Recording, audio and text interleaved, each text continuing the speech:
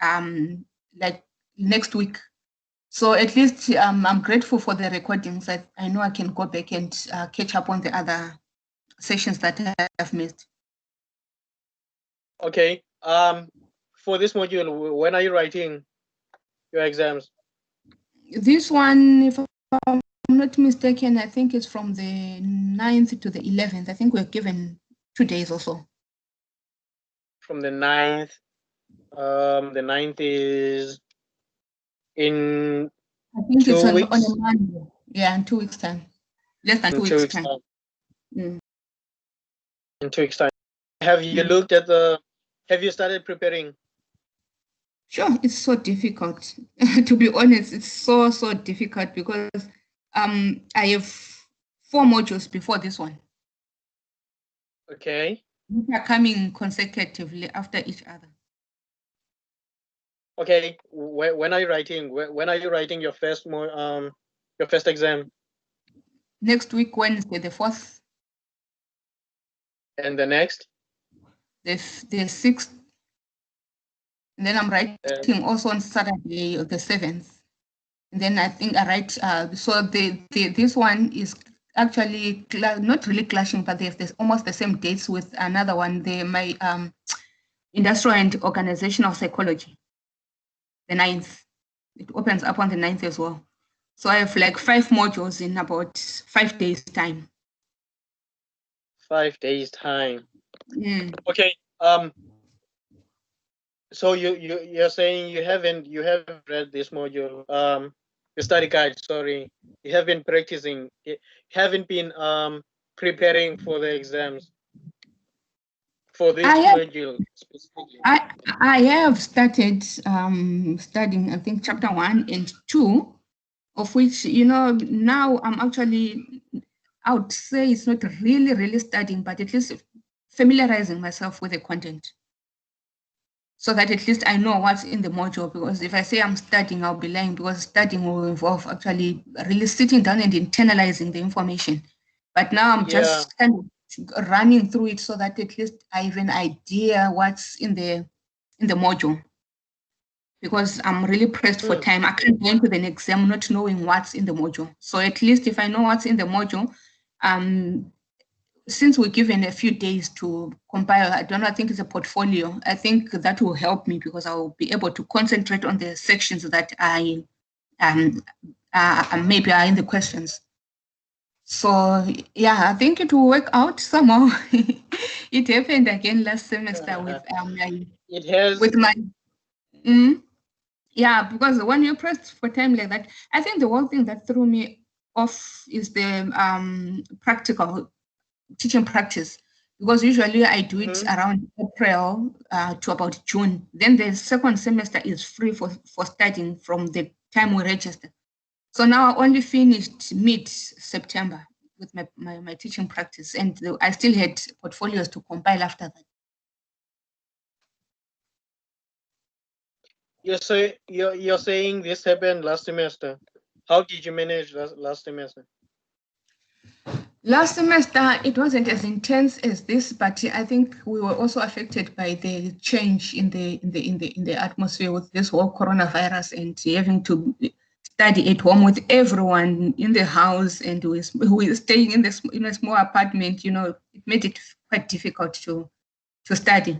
But when I saw also that I was running out of time, I had to run through my material so that at least I know what's in the study guides and my prescribed books. Fortunately, I make it to the end of the study guide or prescribed book, so it does help me. An added advantage, it's kind of an open book now because of the online exams. It's different from the venue-based. So if you go through the study guide and the prescribed book, you know where the information is so that you can do a quick reference. Yeah. So you prefer the online exams? Yeah. Until probably there are systems in place that will monitor us not to open our books. That's for now. It's still working. I don't know. I don't know. But I think the bad part so about, today. looks like Yeah? it's just me. No, I was saying the bad part about the online, you don't really commit that much to your studies because, you know, studying is not about exams, it's about knowing the information. Yeah. Yeah. So that has always been my policy for the 3 years. I'm in my last year now. So for the 3 years, I would make sure that, because if I'm saying I'm studying, I'm not studying to pass, I'm studying to know and also to pass. Agree with that. Mm. And when you have that approach, it's easy to study for exams because you've been training yourself you've been breaking down the information, so it's familiar.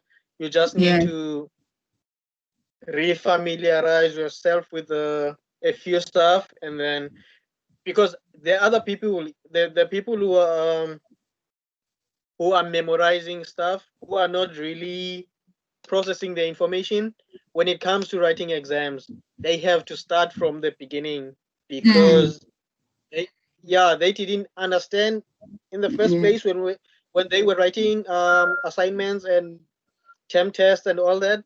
So when it comes to exam, they have to start from the beginning to understand the whole thing. So I like your approach more. I always do the same thing. Yeah, it is helpful. I think Tendai will be joining soon. I've just checked on your. I'm here already.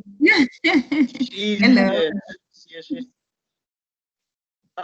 So guys, do we do the There's somebody who sent an email. Sorry, Mr. Pute. Someone sent an email called sorry, she's saying she's only seeing herself. Her name is Pumlelwa Veronica. Pumlelwa saying she's only seeing herself on the screen, so I don't know how to help her. she's only seeing herself. Yeah, maybe I don't know. Yeah. We're talking about. I think the online thing is not something that everyone is getting around to, you know, properly. So I don't know what to. Yeah. And I'm also new to this online thing. I struggle with the network sometimes. Let me just Pumla. It says it's Pumlelwa Veronica Mgwena. Pumlelwa. Yeah, she sent an email. An email. Yeah, she sent an email to us. She responded to everybody via email. Okay. Do you still have access to your emails Yes. tonight? Yes, I do. Yes, I do, Mr. Pute. Can you quickly forward the link that you used to join us? that I used. Okay, I'm doing it now. All right, thanks. Sure. So guys, do we do last week do we do the assignment thing you wanted to do, or do we do the question papers? Because like you said, Mildred, there's no time. You are writing on the 9th, so I think it would be wise if we do the exam papers, and then from there we see where we need to improve, and then the next lecture, the next session, we'll dedicate an hour, maybe 40 minutes to those areas. Okay. I agree with that approach. So the question papers or the assignment? The question paper, Tendai, what do you think? Yes, yes, the question, I think I agree with what you have said, Mr. Pute. There's no time, so we can do the question papers. That would be great. All right. Let me quickly. We'll start with 2017. Okay. I have 2017. Sorry. Mildred, did you get the question papers? Yes, I do. I do have Okay. them. I do get the question papers, but you're saying 2017.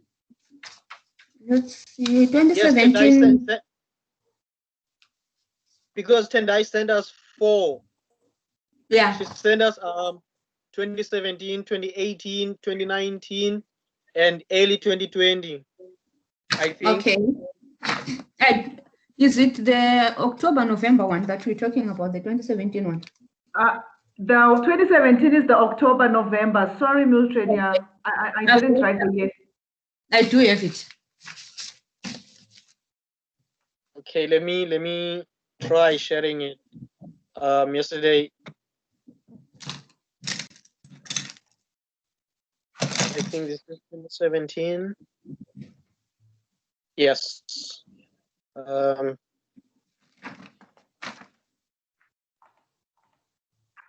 Marine.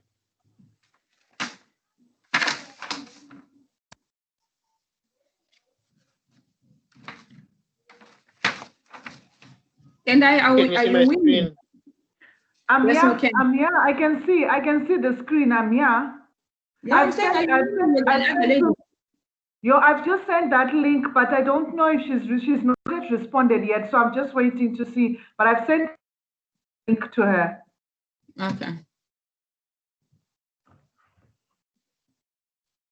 Okay, maybe let's hope she'll see your email before. Yeah.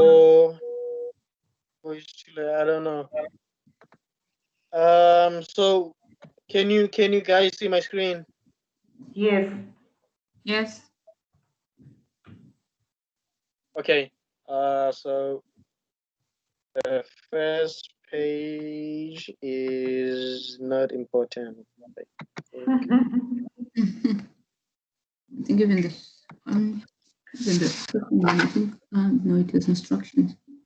Can I please ask something? Am I correct to say this exam we are writing it over 2 days? Okay. 2 days, yes. That's what Mildred just said. Okay. I was a bit confused because I know that the first exams that we did in June, July, there was a confusion and some of the dates were done incorrectly. So I wanted to just be sure. No, especially one of the African languages one, it gave us like almost 12 days, only to be surprised last minute that we had 2 days. Yeah. Yeah. Did you guys get the scope? They don't give scope, ne? What scope? For the exam. For this module. No, nothing.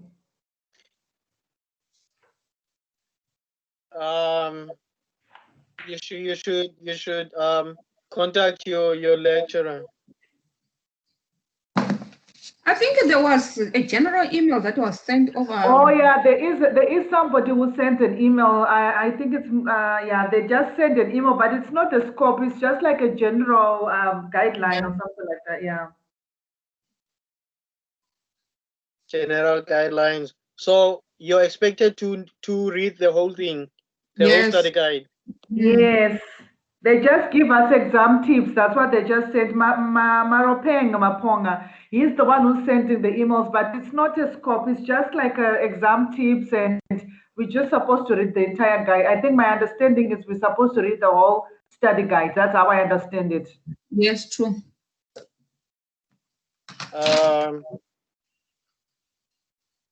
Maybe you should check with your lecturer again.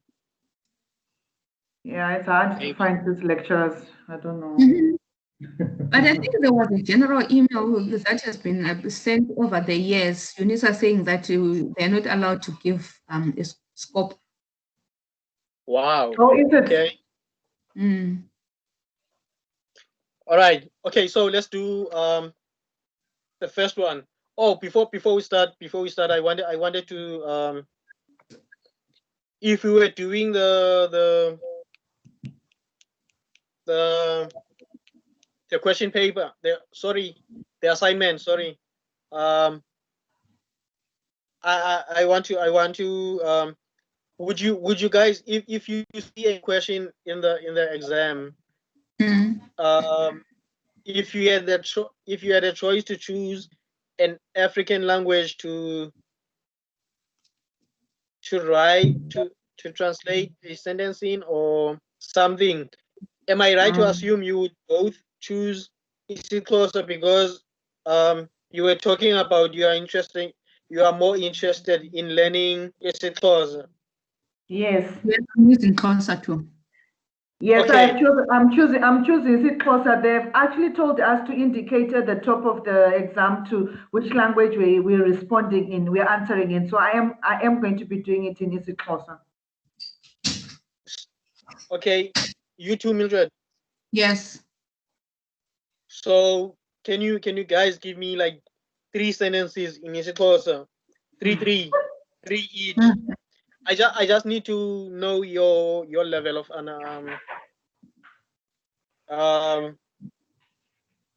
your level of Of understanding. how much vocabulary in isiXhosa do you Mr. Puta, I'll be very honest with you. Maybe Mildred is very more influent. My Xhosa is still very, very basic.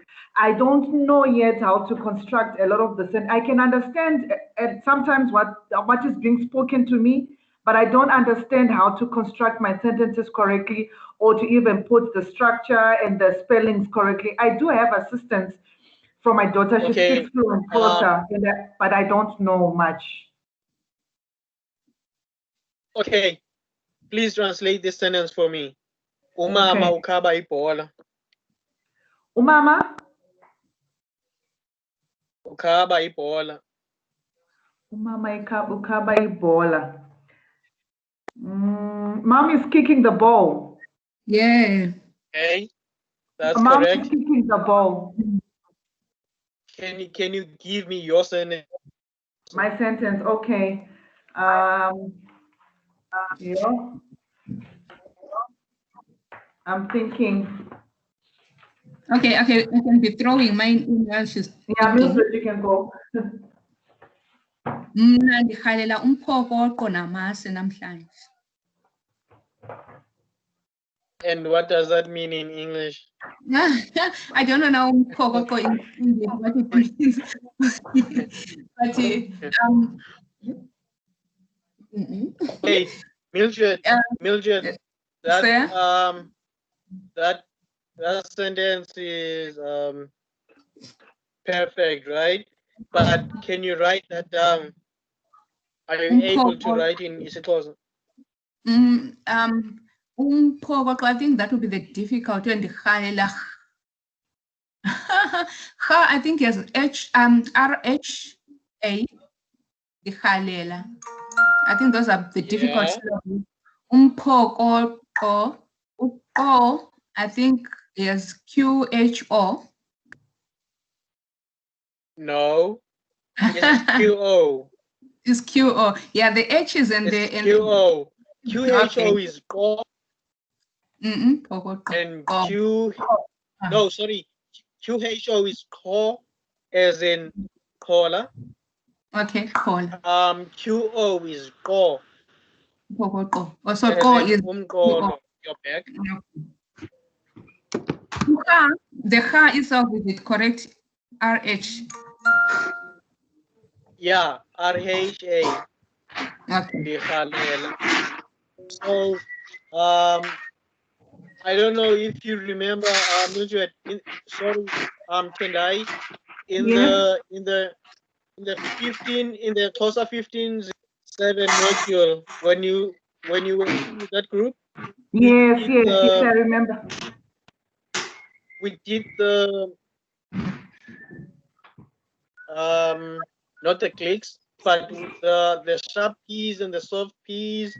We did the Yes. sharp keys and the so Mildred, do you know the difference between? Do you know how to the Do you know how to write utata and tata? How do you Yeah, spell tata? that one is easy. Utata is UTATA, and then utata it's UTHATHA. Okay. Mildred, how would you spell? Sorry, not Mildred. Can I? How would you spell Itemba and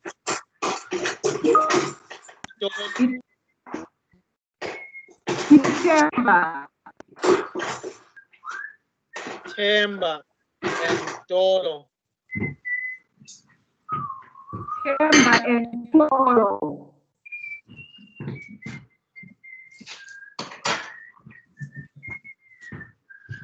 Can you hear me? I can hear you, but there's somebody in the background who's whistling and doing something. I'm not sure. I don't know who from which side. It's from your side. Someone. Is it? Hard for you. Let me just mute quickly and just say. And go on. Wait.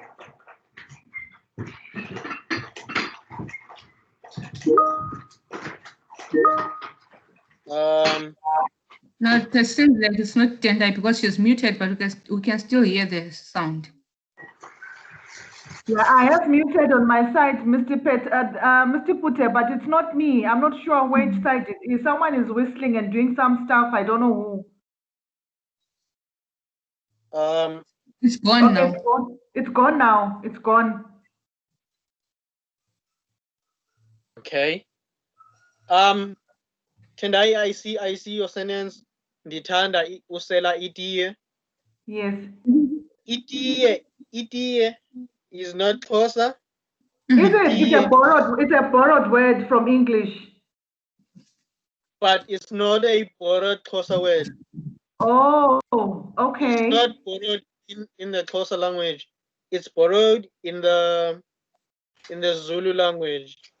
Oh, okay. Okay. In isiXhosa, we drink tea. We drink iti. Iti. Yeah, sisela iti. Just ITHI. ITHI. ITI. ITI. Oh, okay. Okay. Okay. I didn't know that. Sisela iti. The Zulu people asela itiye. Oh, okay. So yeah.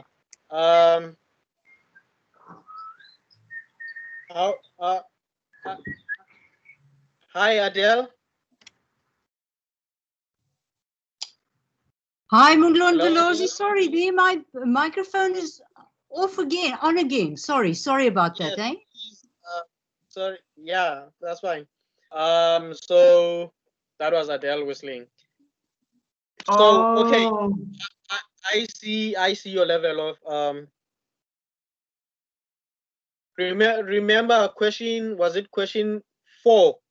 The question for the assignment, you were asked to translate and write and rewrite the sentence in three ways. Did you struggle with that, Mildred? Yeah, I actually did. That's why I had to look for a battalion to help me. Yeah, there are some complicated words that you don't know if they you have a Xhosa word per se, or is it just maybe you can just Xhosalize the English one that will be in the sentence.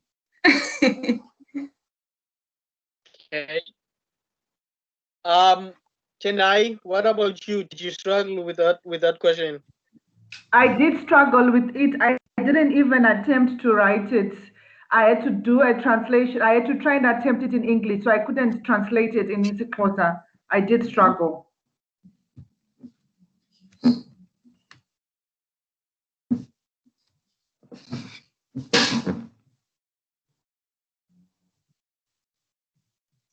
Mr. Puta, are you still there? Now you're. Are you there? I was listening to Tilai, Oh. but she's breaking. Oh, okay. I was saying that I did struggle with the question. I was not able to answer it correctly. Oh, okay. Okay. So let's start with question 1, and then next week we'll visit how to write sentences in isiXhosa, informal Xhosa, standard Xhosa, and then Okay. we'll identify areas in these question papers that need our attention. So we'll do maybe 20%, sorry, 40 minutes doing writing closer sentences, and then the other 40 minutes attending to these areas. Okay. So can you see my screen? Mm-hmm. Yes. Mr. So Puta, question 1. Can I make a suggestion? Yes, Since please. we're grouping our questions, if we still have time today, can we do the multiple choice questions, and then we know we're done with those ones, and then we can concentrate on the sentence constructions and stuff like that, the other part of the question paper. You mean? So we'll do like 20. Question 1 is a multiple. Yes. So from question 1 to question 20. Okay, let's do to 20. Let's do the multiple choice questions, and then we'll do the other from 20 to the remaining questions next week. Yes. Okay. Or when we are done. Because what So might question 1. What we might be able to pick up doing like all the multiple choice questions, we might get like repetitions that we will know that maybe these areas, because it's not about the question itself, it's about where the question has been taken from. That maybe section, maybe it will be like a section of interest for the examiner. Yes. I So maybe agree. we might Yeah. be able to pick up a pattern. I agree.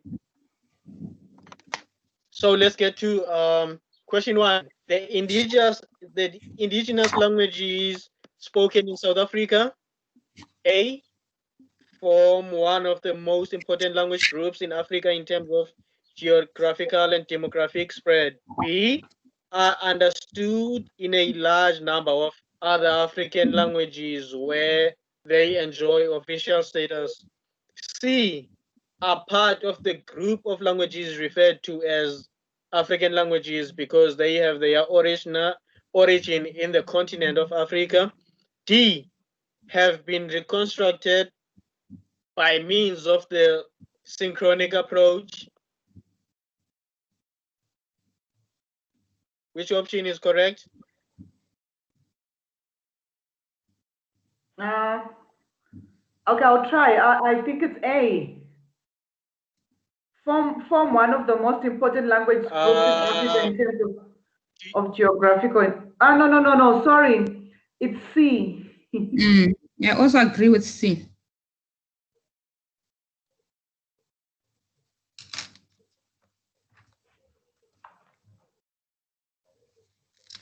Okay. And D is incorrect.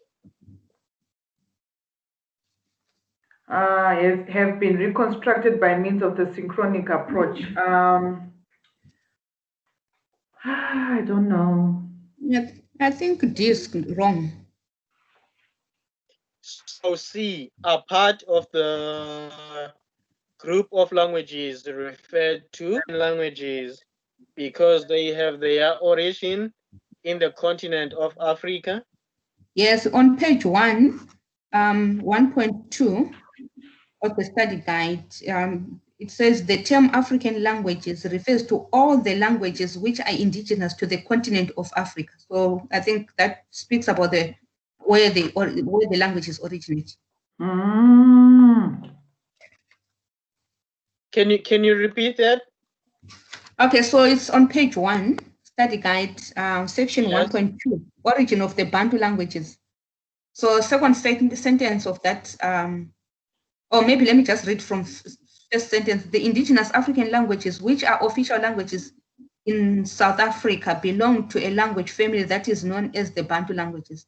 The term African languages refers to all the languages which are indigenous to the to the continent of Africa. All right. So that's page 1, section 1.2. Page 1. Tendai, you should also underline that.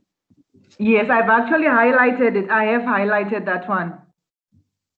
All right. Then I wanted to go back to. That's- I wanted to go back to where you said D is incorrect, because I've just realized that it says have been reconstructed by means of the synchronic approach, which is actually correct in a way, but now it's a bit confusing because the only way that we've been able to learn the Bantu languages through the synchronic reconstruction, because there is no real history or documented history of where it origins come from. So it gets a bit confusing now for me between C and D. So you are saying both C and D are correct? They seem Is that what correct you're to me. saying? Mildred, what about you? Are Are you still saying D is incorrect? I'm still saying it's partly correct, but now with multiple choice questions, I think we need to see it. We need to actually look for an answer that is like correct, not part Okay, correct. correct, makes sense. No, actually, what we need to do is understand the question. Mm. True. That's true. The question says the indigenous languages spoken in South Africa, right? The indigenous languages spoken in South Africa. 1. Okay, let's forget A and B. These languages are part of the group of languages referred to as African languages because they have their origin in the continent of Africa. That's correct according to the passage that Mildred just read. Or have been reconstructed by means of the synchronic approach. Can you read us that part, Tendai? Oh, okay. So on page 2 of the study guide, it says that we have to resort to a synchronic study, which is a study of the Bantu languages as they are spoken today. A synchronic comparison is a method whereby the relatedness of languages can be discovered if they display regular sound changes. That's on page 2 of the study guide towards the bottom, but I think I've got my answer now, yeah. Yeah, I've got it underlined too. So your answer is? My answer is C. You say you got your answer. I think I got answered. Yeah, I think the answer is C, because this question, like what you said, is asking about, it's not asking about the relatedness of the languages spoken in the Bantu, I mean, in the Bantu languages themselves. It's talking about the South African indigenous languages per se. So I think C will be the one that's closest to responding to this question. Okay, we are eliminating A, B, and D. So our answer is C. Number 2 is UR Bantu refers to A, any language, any Bantu language which does not which does not as yet have a right. But I was going to say number 2, but B, the postulated ancestor language from which is assumed to have emerged. C, a language reconstructed by Appleyard, Blake, Torrent to indicate the original Bantu language. D, shared humanity and intercultural dialogue. What's our choice? What's our answer? UR Bantu refers to? I've got B as my answer. Yeah, I also have B.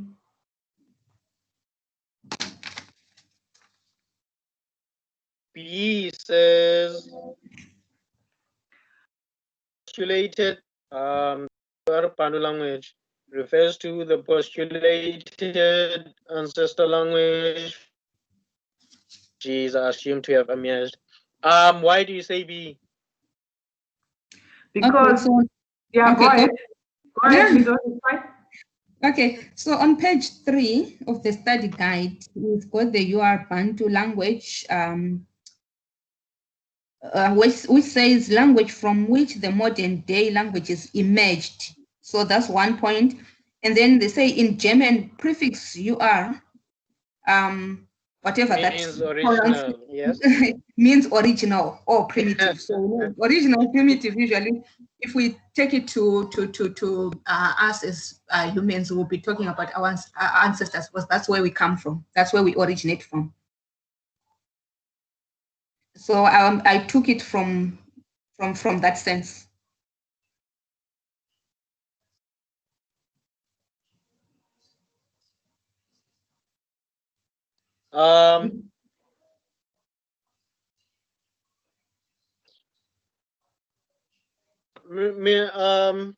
Tendai, do you agree? Yes, I agree.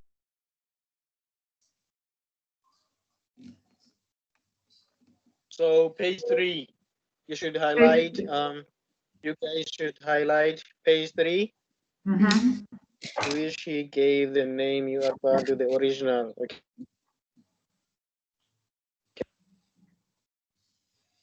Number 3 says Gandhi arrived at approx 2.3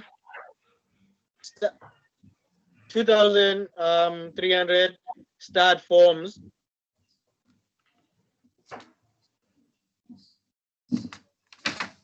B, regular sound shifts. C, retain historical evidence. Or D, cultural heritage.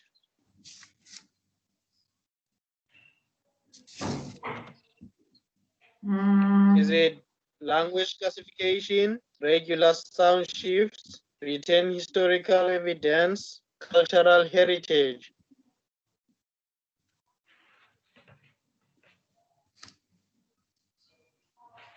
I think it is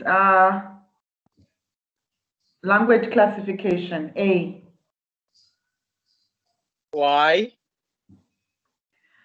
Because on page 7 of the study guide, it says that at the top of the book, it says, Guthrie, on the other hand, stated very clearly his classification that the Bantu languages could be regarded as a language family of their own, and that there was a basic criteria with which the languages must comply in order to belong to this language family. So obviously, then he lists under the criteria that he used. So I'm just taking from that this is the reason why it must have been a language classification. But I'm not 100% sure. What you're doing now is guessing. So you do not know for sure. The word classes.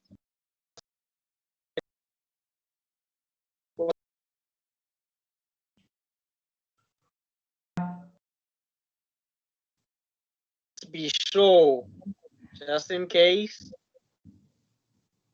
just in case you come across that question again. So Okay.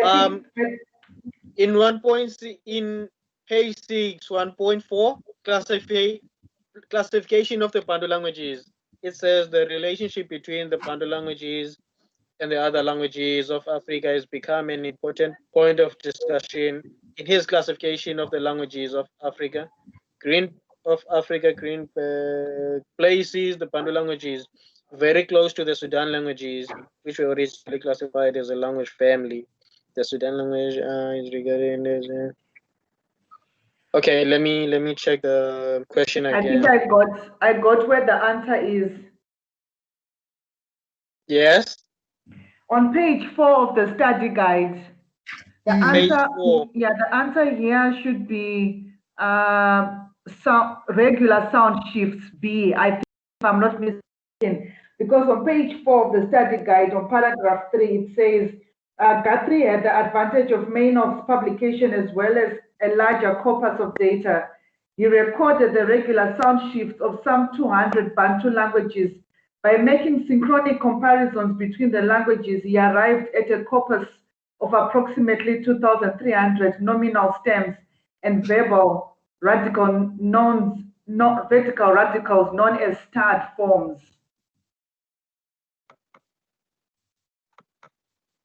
So do you see how quickly your answer changed? I do. So it shows that it's important that we dig before we accept any question. Let's dig and then. So Mildred, do you agree? Yes, now I agree with your second answer, according to the passage that she read. So it's B. So it's 3B. All right. Yes. I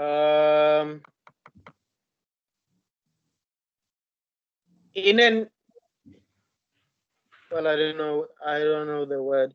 In an aerial classification, such as the one by country, the Bantu languages are grouped according to A, B, official status, C,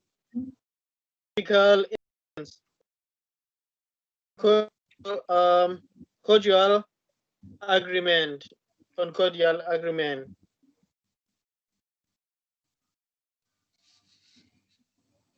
Number 4, what's our answer? So I'm just thinking as well, because really we haven't really internalized this material. But according to Guthrie, I think he has classified, he has 4 features that he identified that actually makes an African language. So one of them, there's class concordance. So I'm thinking that concordial agreement will be the answer, which is D.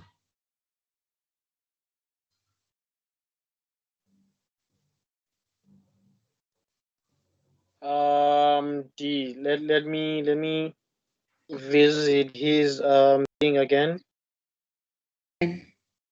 Page 7. I think his criteria has so sign of gender, the 4 prefixes into classes, association of these classes into singular and regular, class concordance. Okay, so it's definitely not. It's not geographical zones. It's not B. It's not official statuses. It's not archaeological evidence. So it's D. Tendai, do you agree? Yes. Okay, so for D.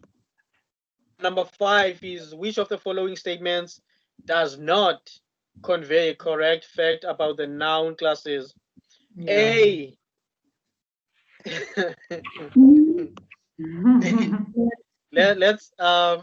let's read our 4 options before we before. The other thing that The other thing that Not you can all also try- languages distinguish the same number of classes. Mildred, Sir? okay. Hello? No, I was Hello, just Mildred. saying something that also confuses people. The other words that are put in a question, like the not, because for us probably we really know that there are 4 features of that makes an African language part of the family. So sometimes we can tend to skip the word not, and then the answer becomes wrong. Yeah, that's why we need to pay. That's why we need to really read to understand these questions, because they are designed to confuse us. So if you don't notice the word not, you're gonna give the wrong answer. We need to pay special attention to the question. Again, the question is, which of the following statements does not, meaning there's one that doesn't convey the correct fact, about the noun classes. Number one, A, not all languages distinguish the same number of classes. B, all nouns, even numbered classes, have a singular form in their corresponding uneven numbered classes. C, singular and plural forms are placed in separate classes according to the standard format for listing the class prefix system. D, most nouns denoting people are accommodated in classes 1 and 2. That's a tricky one. My guess is, my guess is A. Yeah, I know for sure C and D, the correct. Yeah, C and D are very correct. B says all nouns in even numbered classes have a singular form in their corresponding uneven numbered classes.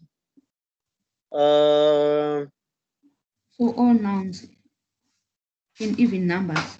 Yeah, because I think the nouns are in odd numbers and their plurals are in even numbers. So that one I think is twisted, if I'm not mistaken.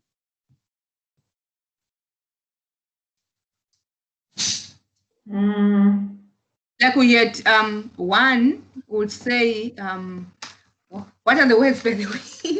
Class 1, which was in class 1. We'll have like umtu, and then the 2 will be abantu. So the plural is in an even number. Yeah. Yeah, I think it's B. Yeah. But let's be sure. Noun classes. Where can we find noun classes? So on page 20, of the study guide. Page 20. Let me quickly go to 20. And the table is on page 21.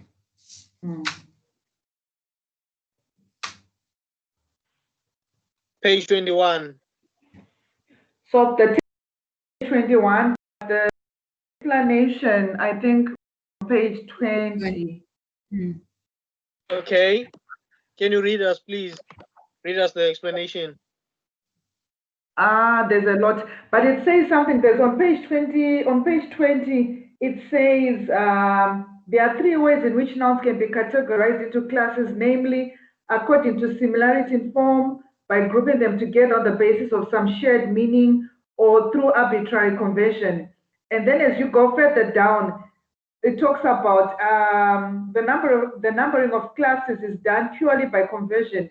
However, since language is essentially egocentric, placing the human being first, the first two classes, 1 and 2, are for nouns which denote people. In an even numbered class, 1, 3, 5, 7, and 9 usually denote singular, while the immediate following even numbered classes, 2, 4, 6, 8, and 10, denote the corresponding plural form.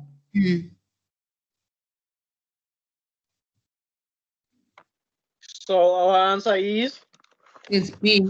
So odd numbers are the singulars and then even numbers are the plurals. So B is the incorrect one. So B yeah. is incorrect. That would be 5B. Yes. Then number 6. Number 6 is a noun class which is productive in character. A class which is productive is characterized by A, the invariant locative suffix ni ong. B, a limited number of nouns or only one noun. C, a prefix which displays variant forms. D, new words which may be added to the class by means of its prefix. What's our answer? What does productive mean? Yeah. Productive mean, sorry. The meaning of productive in this context, let's go to the study guide. Okay. And hold on, what's the question again? I'm checking. A noun class which is productive is characterized. So let's start. Let's read noun classes, right? A noun class which is productive.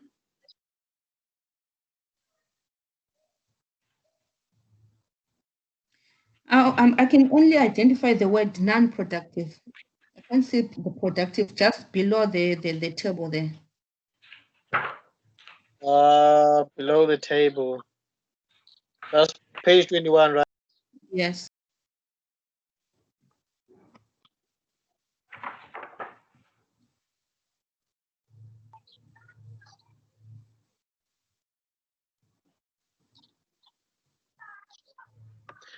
Okay, so there it is. No, there Where? it is on page 22. First, the top paragraph, almost the last sentence. Maybe we can read the whole paragraph. Note that affixing the diminutive suffix in and an is in the above example, which was this is I think the Soto language, Mosatana. In the above example, he has not resulted in a change of noun class of the word. Both examples are in class 1. However, in the diminutive. Sorry? Where are we reading? Page 22, the top paragraph. Top paragraph. Page 22. Okay.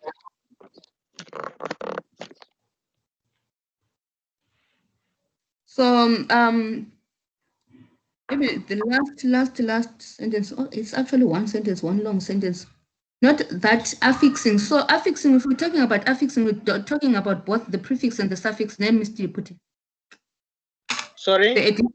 I'm saying the affixes. If we talk about affixes, are we talking about all the additions to the root, like the prefix and the suffix? The suffix and prefixes, yes. The can I say something? Yes. In page 21, the last paragraph, it says in many Pano languages, sum of classes, e.g., 12, 13, 19, 20, and 20 to 23, are no longer distinguished. They have become non-productive because they do not contain any items, and no new items can be created in them by means of respective prefixes. So after reading that sentence, those two sentences, productive classes are words that can still produce. Otherwise, we can still add prefixes and suffixes to create new words. Yeah, we can say we can say ulwandlekazi. We can add the suffix kazi. We can add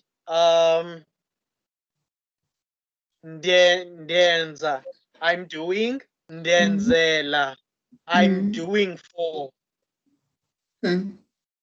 So you can still add. They are productive. They can still I don't want to say grow, but we can still add to them. Oh, okay. You see the example, they are using Mosadi for woman, and then you are adding ana, the suffix ana, Mosatsana, a little woman.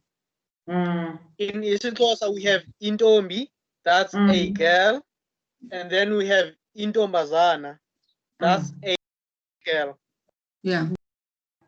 So for me, can we say when it's a child now we say and then we say umntwana? Is it the same? Is it the same word that has been produced? Yes. Say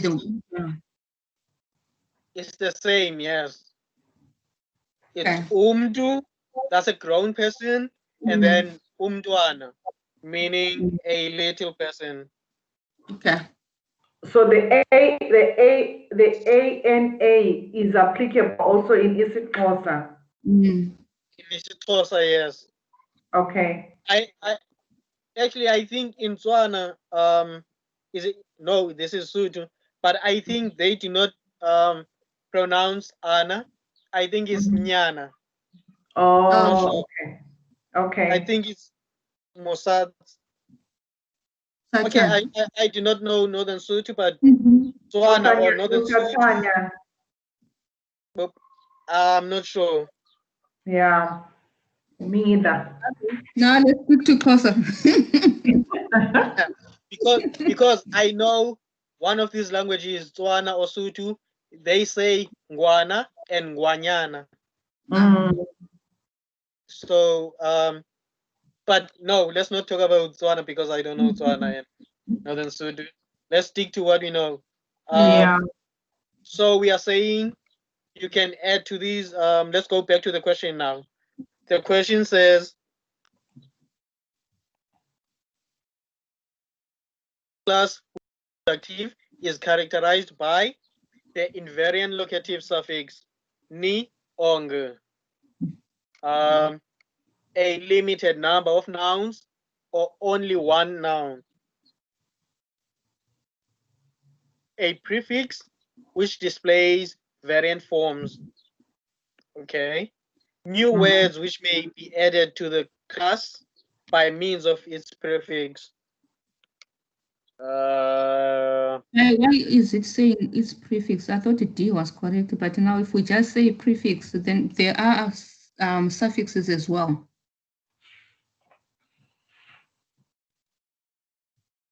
Okay, but let's be sure. And it can't be A as well. I think the answer. Sorry. I think the answer is a limited number of nouns or only one noun. B. Okay, why?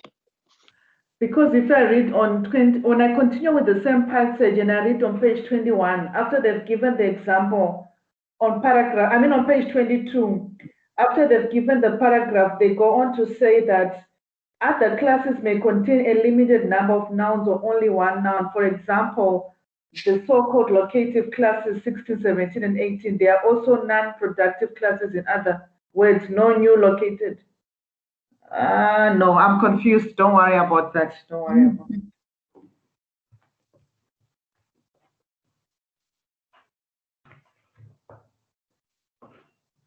I think A and D are completely out because they concentrate on only one affix, which is either the suffix or the prefix, of which with a noun class that is productive, I think you can add a suffix or a prefix.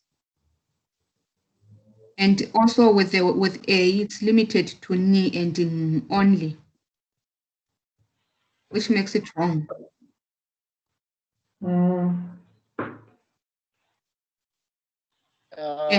So our answer is around. Huh? Yeah, I think this question is by purely elimination in my case because I am still very confused to understand this. But when I read further on that same paragraph I was reading at the bottom, it says that on the other hand, certain noun classes are very productive. New items can easily be added to the existing class members. A case in point is the formation of nouns from verbs, and then obviously it gives a comparison below. So now when I'm just looking at this question, I'm almost just eliminating and seeing what has not been mentioned and then using that as the correct answer. Which in this case, I would make it D. I mean, D. It is a productive. It is not close to the addition. But it's still a bit confusing though, yeah. My confusion comes in with the addition of suffixes and prefixes. Is it just prefix or is it both the prefix and the suffix that you can add to produce new words? I think that's where my confusion is. So not Okay, that let's quickly skim through page they start discussing noun classes in page 19, 2.4. Yeah. So if you can just look for let's just look for productive noun classes, and then we'll get our answer. Can I say something? I think now I'm not sure. Maybe I might be wrong too, but I think I understand now this question in the sense that what Mildred was saying about the confusion between the suffixes and the prefix. On page, if we go back on page 22, right at the top, I think if there is no change in the noun itself, then means that it has not resulted in the. It means that it has not. It then means that the word is still a productive word, from my understanding. So it does not matter. What matters is the prefix. So the answer would be D. I don't know. Answer would be D. Yeah. Mildred, do you agree? I am still confused, to be honest. Maybe we need to understand that whole passage about. Yeah, maybe we need more time to understand it, and then maybe. Otherwise, we won't make any progress. Maybe let's keep it. We'll put a question mark there, and then maybe we can, during our spare time, we can read through and try and understand. Then maybe we can even via email, we can just share what we have picked up from that passage. Okay, let's so that's question 6. We'll come back to question 6. Question 7 says the stem of a primitive noun like Batu or Abantu consists of 2 morphemes, that is a root and a suffix, 3 morphemes, a prefix, a root, and a suffix, 1 morpheme, a root, 2 morphemes, a prefix, and a root. Okay, so we have Batu and Abantu.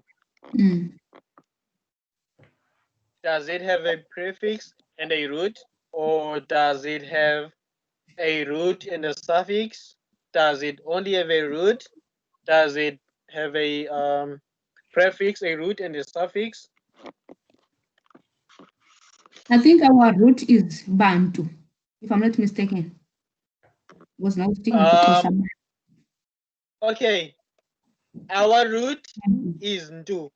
Ontu. Or Remember, we have yes. Umdu, we have Abantu. Mm. So Mm. Ndu is Okay. our root. So Mm. there's no suffix. Mm. There's only A prefix. so yeah. Aba, what is Aba? Have you checked your classifications, that table? Yes, Aba is plural.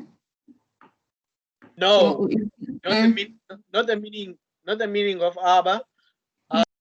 Is Aba a suffix, or sorry, a prefix, or is it Ba a prefix on its own?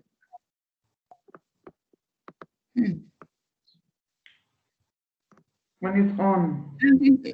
is can we say a is what do you call it? Is it a concordial agreement?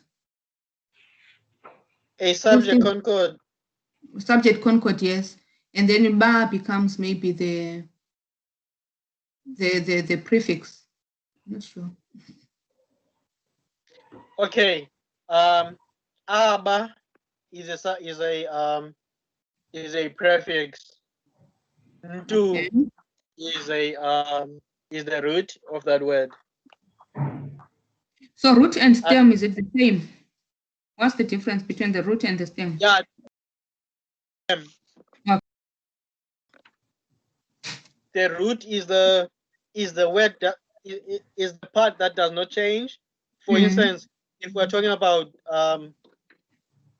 in Tswana, we will talk about Batu, we'll talk about Mutu, we'll talk about Munu in Shona. in Shona Munu. So what's the plural? Vanu. So we have nu as the root. So you see, nu is the root.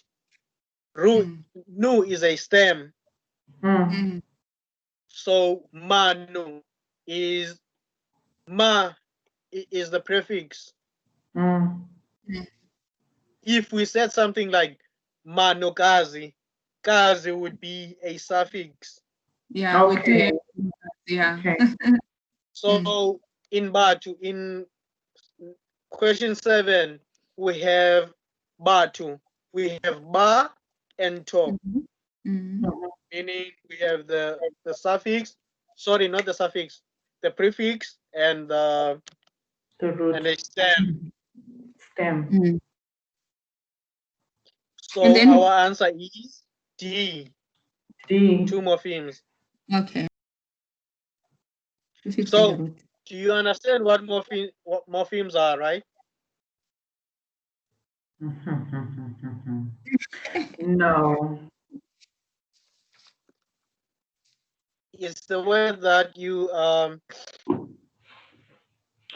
Nouns are made of meaningful elements that are called morphemes. Page 24. Page 24. Yeah. Yeah, I guess, Mr. Putte, this is just an element of me personally just needing to really understand the text better. I haven't really it's just been a very difficult year, 2020, to be honest. I was saying. Yeah. For all of us, yeah. Yeah. But okay, let's quickly go to number 8. Number 8 says the Bantu languages are also called class languages because they form a class. Sorry, A, form a class on their own based on a common origin. B, have nouns which are grouped into classes according to prefixes. C, are classical languages of the continent of Africa. D, belong together in one class because of semantic similarities. I think we should take out C, and D. Mhm. I just read class languages. I think it's page 21. Mhm. I think it's somewhere in page 21. Let me check. Let me quickly check. Class languages.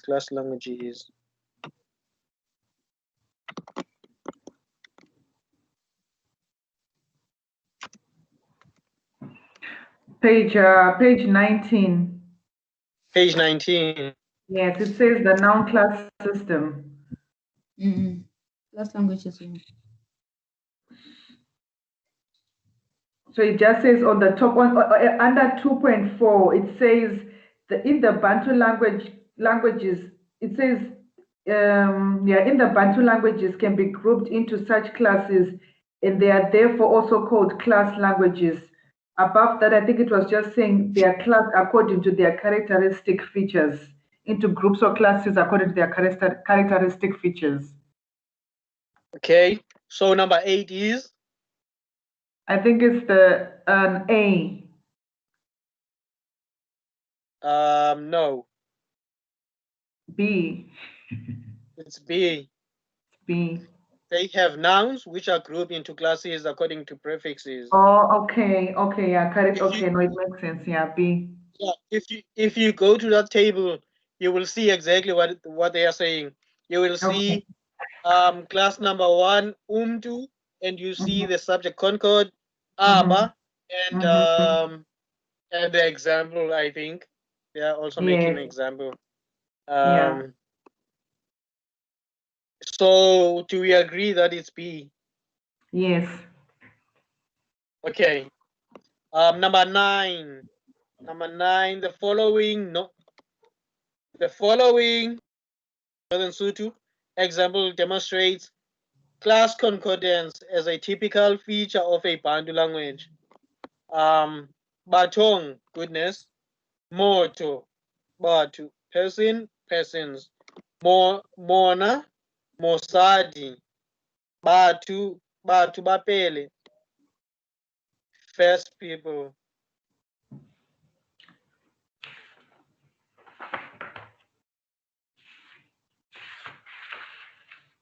Do you understand what they are saying by class concordance?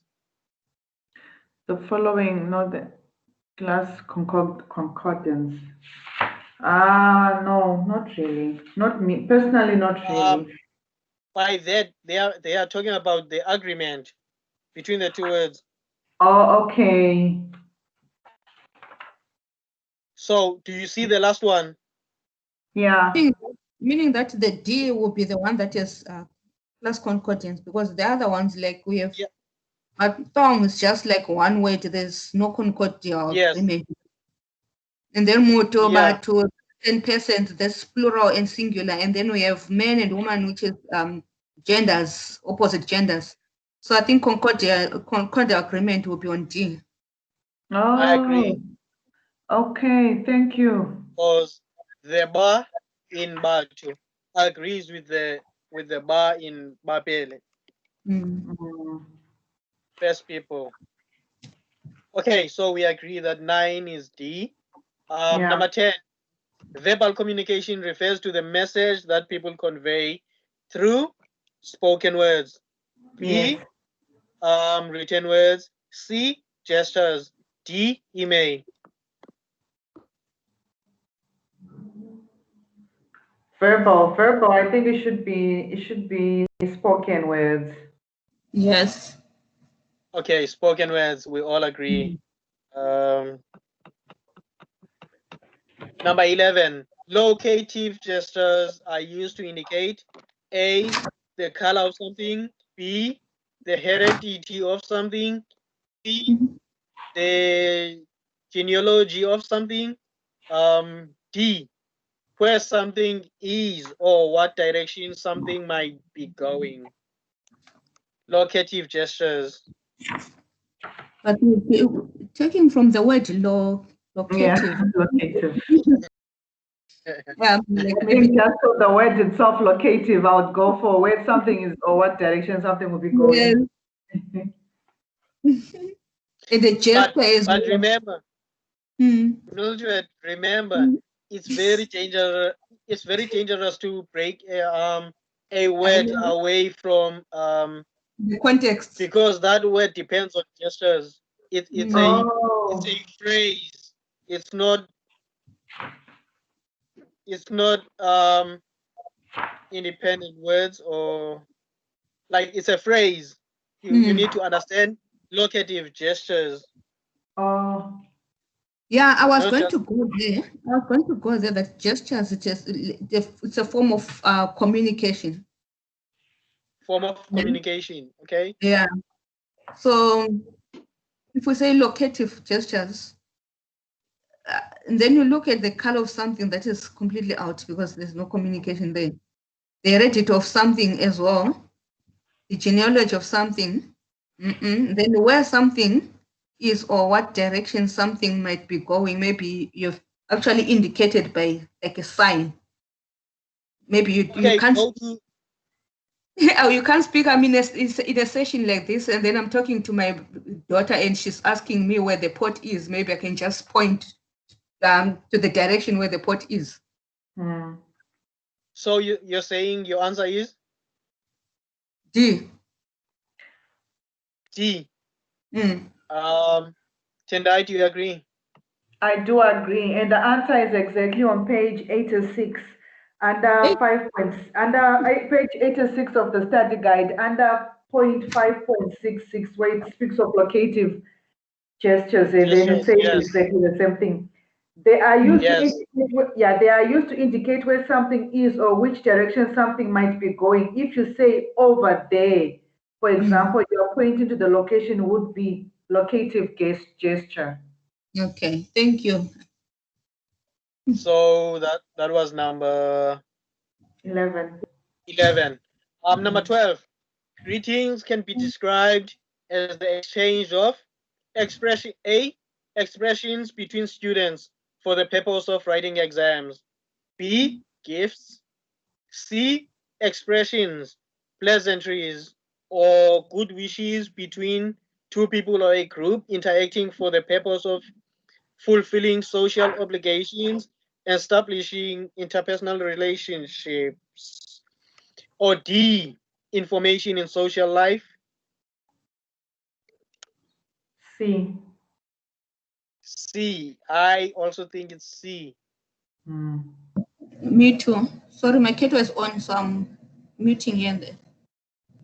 Oh, okay, that's fine. So it's C. Yes. We need to put that up in the study guide. I think that's straightforward. I haven't located it, the page yet in the study guide. Yeah, but I think it's straightforward. I think. I mean, we all have greeted someone that we do it for gifts, and so yeah, it's C. Yes. Number 13 says communication is divided into 3 primary categories, namely spoken, code, and meaning. That's A. B is verbal, non-verbal, and written.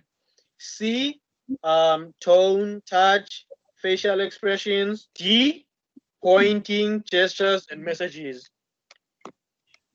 My first guess will be B. Prove me wrong. No, I'm also in agreement. Verbal, non-verbal, and written. Like it's verbal, and we're talking about the locative gestures, which is non-verbal, and then written. Tender, you just communicated with us via email that you wanted us to look at papers. So yeah, so that's written. So do we all think it's B?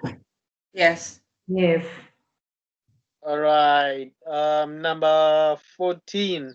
Non-verbal communication is a process of sending messages through radio, A. B, through one-to-one conversation. C, in a variety of ways without the use of verbal codes. D, through eye contact.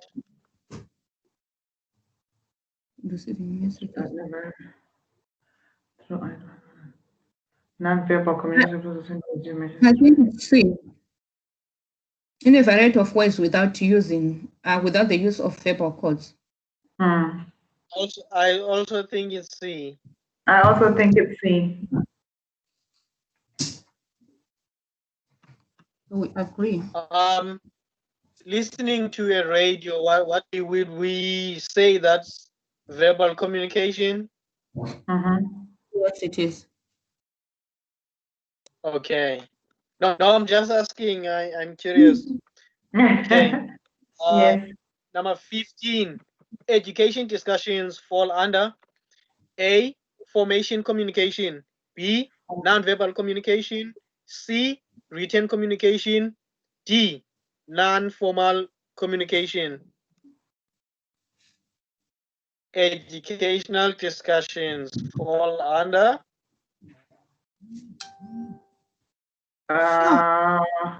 Depends. This one is confusing though. But probably if we take but formal terms of communication. discussion that is led maybe by maybe a lecturer, like now, or a teacher, then we'll say it's formal communication. listen, this is a multiple choice question. So let's eliminate the wrong answers first. Educational discussions, are they non-verbal communications? Do they fall under non-verbal communications? They have to be verbal. So I don't think, I think, sorry, we should eliminate B and maybe D. B and D. And written communication is very specific. So what we are doing right now, we are discussing, right?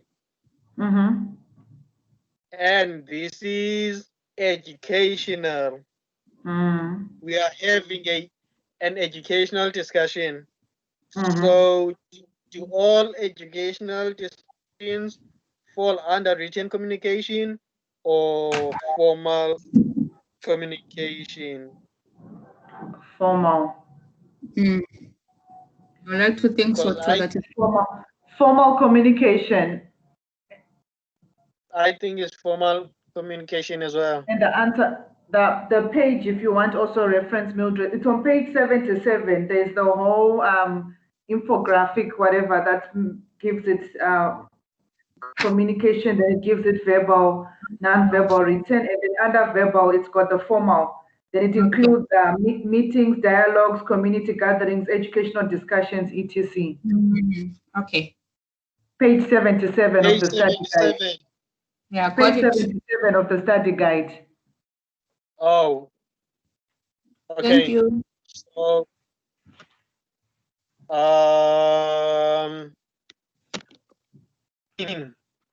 question 16, which areas in South Africa tend to be more linguistically homogeneous? Homo. Language, yeah. So it's rural, yeah.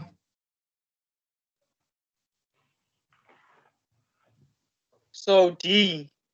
D, sorry. Yeah. Okay, I agree. Without looking at the study guide. Number 17. Which section of the Constitution provides the primary legal and constitutional framework for multilingualism? Is it A, the Section C of the Constitution of the Republic of South Africa 1996, B, Geneva Convention 1988, C, Section 8 of the Constitution of the Republic 2006, D, Section 7 of the Constitution of the Republic of South Africa 1996? Okay, the answer is A, and the answer is A, and the page to find the answer is on page 100. Under multilingualism in South Africa, page 100 of the study guide. Page 100, okay. Under the multilingualism in South Africa. The first sentence. Oh, okay. So let's quickly. Oh no, it's actually 7:05. It's 7:05. I thought you were on the roll. I thought you were on the roll. You just wanted to finish the 20 questions. I should do that, Mr. Potter. You're in a hurry. Just to get to the last question, number 20. Oh, we only have 20. Yes, we only have 20 multiple choice. Let's finish the 20 if you don't mind. Yes, please. So we just did number 17.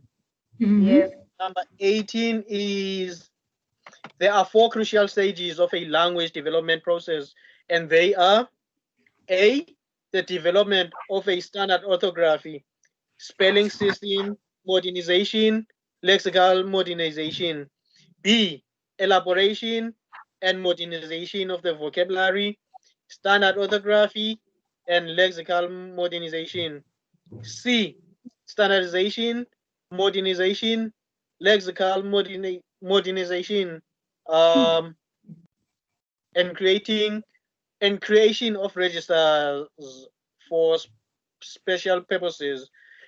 The last one, D, the selection of norm, codification of form, elaboration of function, acceptance by the community.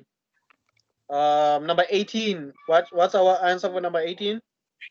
I think it's D, page 105. Page 105. Yeah. Let's see. Just almost at the bottom there, there's that list of 4 aspects of language process. They have all 4. Yes. Yeah. Okay, so it's D. Yeah. All right, 18 is D.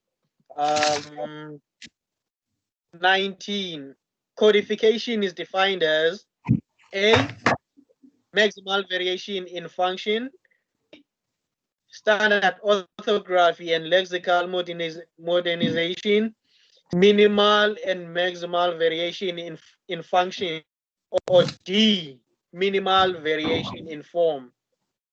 What is codification?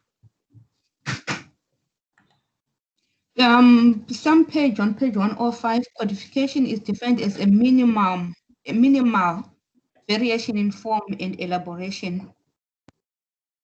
Page what? 105. And paragraph just above the 4 points that we looked at on number 18. So see that paragraph? Yeah.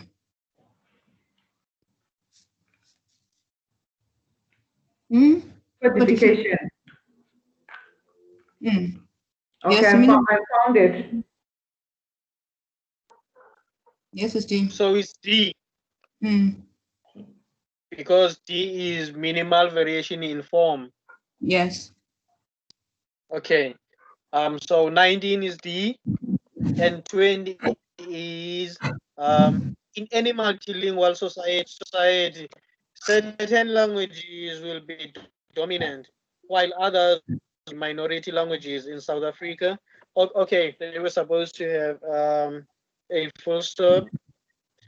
In any languages will be dominant, while others will be minority languages. In South Africa, this statement holds true. Dominance in some languages holds true. Dominance in some languages is determined by people who speak many languages, the number of speakers, economic and political power, the minority.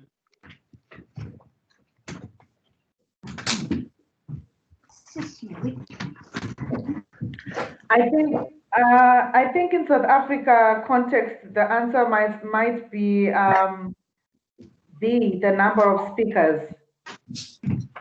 In South Africa? I think in South Africa, the answer it's B, the number of speakers.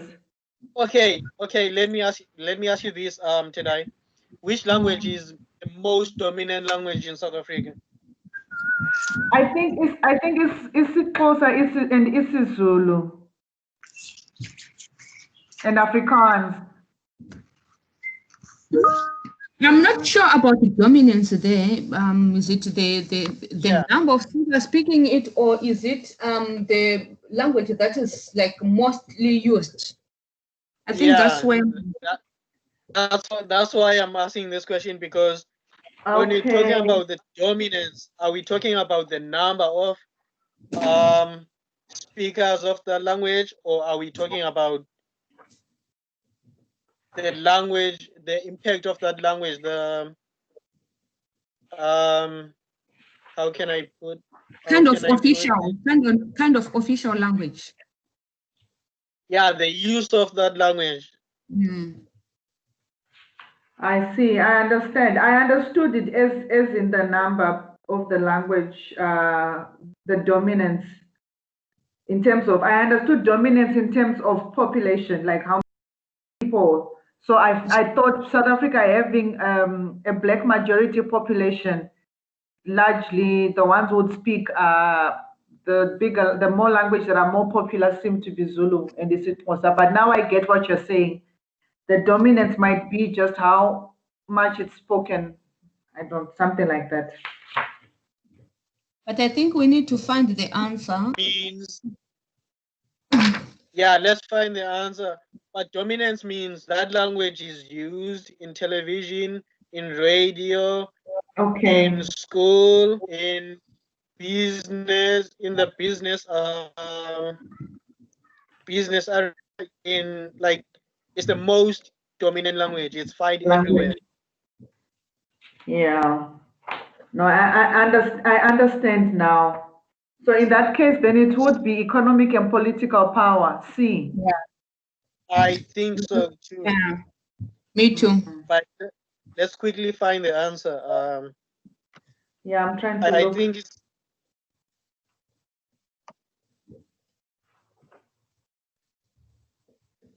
yeah.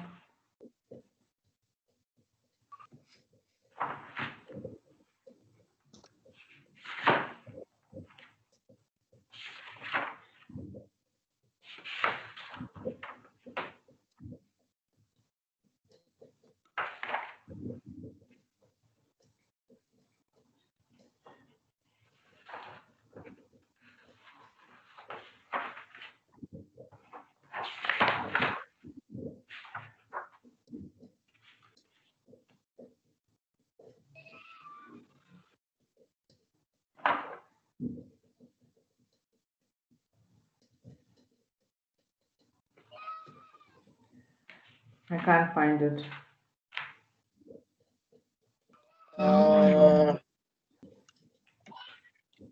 Language contact.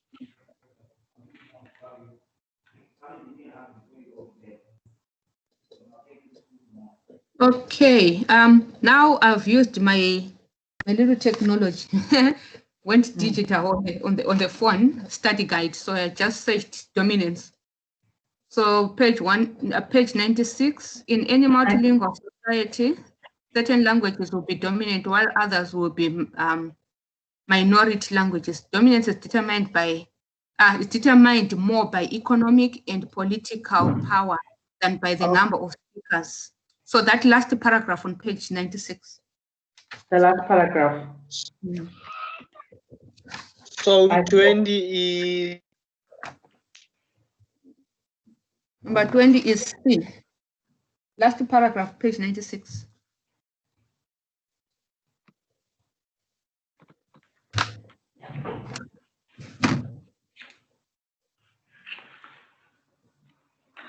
Yeah. Done. Second sentence. You saw? Did you find it? I found it. Yeah, I found the paragraph. Yeah. Okay.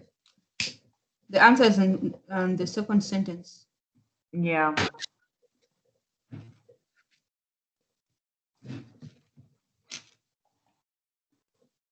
Is Mr. Putte still there? I'm still here. Oh, okay. So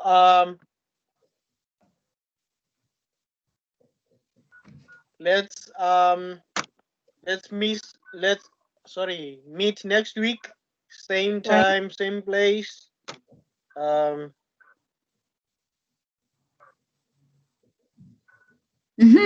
Next week will be the 3rd. Will be the 3rd. So it's the last meeting before the exam. The exam is on a Monday, right? And I'm writing a day after. The following morning, I'll be writing my maths exam. On Thursday. If you guys want, we can meet Friday. Yeah. How is that, Tendai, for you? It's fine. I can just rearrange things. We can meet Friday. What time though? Same time like last time, 5 or 5:30. Hang on. I'm writing again on Saturday. Oh, okay. I write Friday, I write Saturday as well. Okay. Let's do this. You guys discuss. When can you? When do you want to have another session? And then let me know if I'm free. I will tell you. I will tell you that I'm free. If not, I will tell you we can. We'll work something out. Okay. Okay. Thank you. If you are busy, we can just meet again next Tuesday. Yeah. Are you writing next week on Tuesday, Mildred? No, I'm writing on Wednesday. Oh, okay. So you'll be studying for the Wednesday exam. Will you be able to meet for next Tuesday? Let's do this. Let's set it up for Tuesday.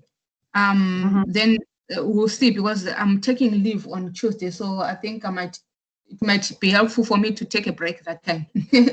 Okay. So let's make it Tuesday. Okay, we'll meet next Tuesday. Yes. Okay. Have a great evening, you guys. Thank you. Mildred, I think Adele is asking for your student number. I don't know if you had typed it in yet. I don't know if you saw the message. You have totally forgot about it. Thank you. Thanks, Mr. Putte. Thanks. Mr. Putte, I was thinking maybe when we meet next week, we look at the long questions. The long questions. What do you think? Because I think that's where we need help, because I think with the time that we're left with. Yeah. Okay, I will look at the long questions and prepare something for next week's session. Okay. All right. Thank you. Bye. Bye. Bye. Thank you. Adele, can you please end the session, please?